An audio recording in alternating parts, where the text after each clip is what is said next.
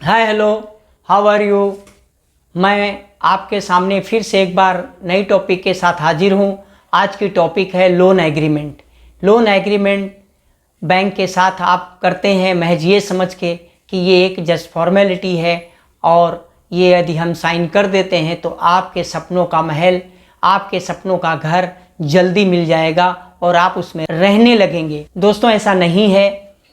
आपके सपनों का घर पूरा करने के लिए यदि आप बैंक से होम लोन ले रहे हैं या किसी फाइनेंशियल इंस्टीट्यूट से होम लोन ले रहे हैं, तो एग्रीमेंट को साइन करने से पहले आपको कुछ शर्तों का ध्यान रखना है और उन शर्तों को उस एग्रीमेंट के अंदर पढ़ना है कि क्या शर्तें लिखी हैं, क्या शर्तें नहीं लिखी हैं। यदि आप इस एग्रीमेंट को नहीं पढ़ते हैं, बगैर सोचे समझे इस एग्रीमेंट को साइन कर देते हैं, तो जो भी शर्तें उस एग्रीमेंट के अंदर लिखी हैं आपको उन शर्तों को मानना पड़ेगा, और आप फ्यूचर में उसे इनकार नहीं कर सकते कि हमने इस एग्रीमेंट को नहीं पढ़ा था, हमने फॉर्मेलिटी के तौर पे इसे साइन किया था, तो ये सब नहीं चलेगा। तो दोस्तों, अपने सपनों का घर पूरा करने से पहले इस एग्रीमेंट को ज़रूर पढ़ें। तो इस वीडियो को डिटेल में शुरू करने से पहले मैं ये कहूँगा, यदि आप लोग मेरे इस चैनल पे नए हैं तो मेरे इस चैनल को सब्सक्राइब करें और बेल आइकन दबाना ना भूलें, ताकि हर छोटी मोटी जानकारी की नोटिफिकेशन सबसे पहले आपको मिले।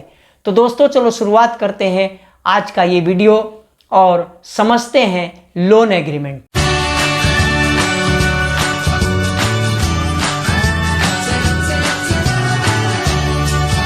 दोस्तों, ये लोन एग्रीमेंट जो है एक कॉन्ट्रैक्ट है आपके बीच में और बैंक के बीच में।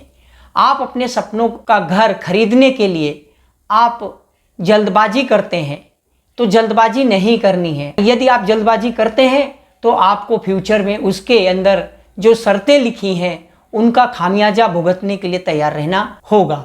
यदि आप उन शर्तों को पढ़ते हैं और समझते हैं और उसके बाद अगर सही करते हैं, सिग्नेचर करते हैं, और बैंक फ्यूचर में आपके साथ उन शर्तों को ना मान के आपके साथ यदि कोई जोर ज़बरदस्ती करती है, तो आप बैंक के खिलाफ केस कर सकते हैं। तो दोस्तों, क्या पढ़ना चाहिए और आपको इसके अंदर क्या समझना चाहिए, मैं सबसे पहले उसको लेते हैं और समझते हैं कि ये ऐसा क्यों होता है अक्सर जो अपने सपनों का घर पूरा करना चाहते हैं। तो दोस्तों, एग्रीमेंट, लोन एग्रीमेंट को साइन करने से पहले सबसे पहले ये देखना चाहिए कि जो इंटरेस्ट रेट है उसके उतार चढ़ाव का एक खंड है, उस खंड को जरूर आपको पढ़ना है कि आपका रेट ऑफ इंटरेस्ट क्या है।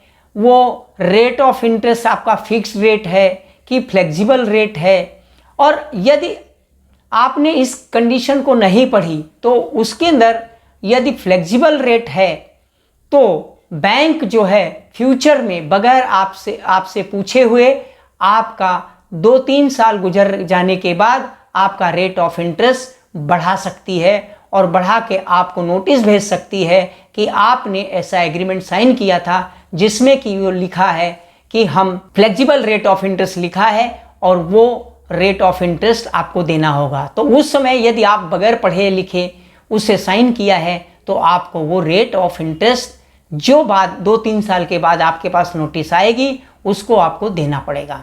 वैसे ही डिफ़ॉल्ट जो डेफिनेशन है, आप डिफ़ॉल्ट डेफिनेशन पढ़िए। आप डिफ़ॉल्ट डेफिनेशन जो है, डिफ़ॉल्ट परिभाषा जो है, उस परिभाषा को ध्यान से पढ़िए, समझिए।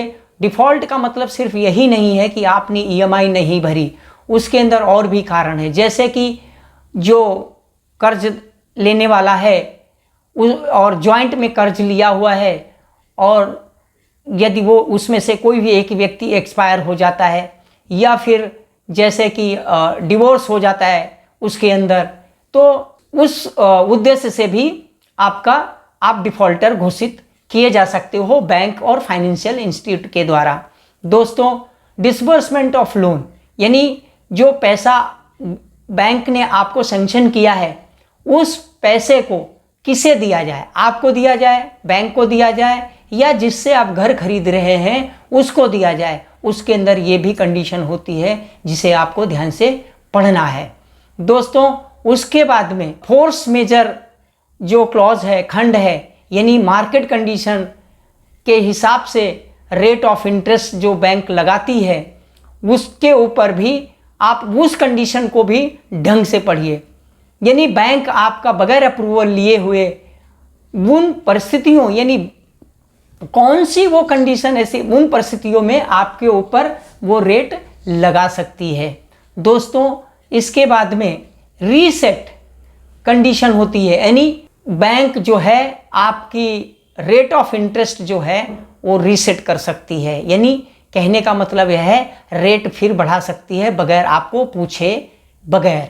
उसके बाद में बैंक एक कंडीशन और रखती है, फाइनेंशियल इंस्टीट्यूशन और कंडीशन एक रखती है कि वो जो लोन है, जो आपने लोन लिया है उसे कैसे वो रिकवर करे। यानी जो आप एडवांस में चेक देते हैं वो उसके अंदर ऐसी कंडीशन होती है कि वो किसी थर्ड पार्टी को भी रिकवरी के लिए अपॉइंट कर सकते हैं और उनके हाथ में वो चेक दे सकते हैं बगैर आपके परमिशन के, और वो रिकवरी वाले आपसे रिकवरी कर सकते हैं। यदि आपने ईएमआई टाइम से नहीं भरी तो आपका घर वो लोग सील कर सकते हैं। दोस्तों इसके बाद में फिर एक अमेंडमेंट है, यानी एक क्लॉज ऐसा होता है कि बैंक अपने पास एक राइट रिजर्व रखती है, पूरा अधिकार होता है कि उस एग्रीमेंट में ऐसे कुछ कंडीशंस हैं जो फ्यूचर में वो चेंज कर सके। चेंज करने के टाइम पे आपका अप्रूवल न लगे और आपसे अप्रूवल नहीं लेते हैं। तो दोस्तों ये 6-7 जो कंडीशन है ये आपको ध्यान से पढ़ने हैं। यदि उसमें ऐसे लिखा है कि नहीं हम इस एग्रीमेंट में जो दिए गए कंडीशंस हैं फ्यूचर में हम इसे चेंज कर सकते हैं, तो आपको ऐसे कंडीशंस नहीं मानने हैं। आपको इन सारी चीज़ों को ध्यान में रखने के बाद ही वो लोन एग्रीमेंट को साइन करना है।